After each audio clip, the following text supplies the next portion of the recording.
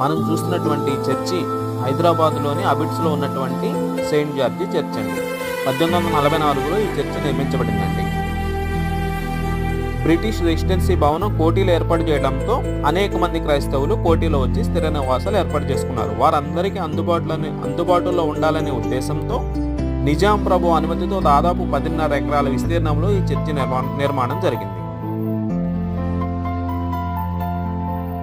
దీని నిర్మాణానికి దాదాపుగా 2 సంవత్సరాలు పట్టిందండి. 70 అడుగుల ఎత్తులో యూరోపియన్ శైలిలో క్రీస్తు శిలువ ఆకారంలో ఈ చర్చి నిర్మించబడింది.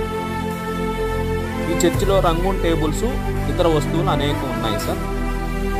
చర్చిలోని అద్దాలపై క్రీస్తు జీవిత చరిత్రకు సంబంధించినటువంటి అనేక చిత్రాలు, ఆకృతులు చిత్రీకరించబడ్డాయి.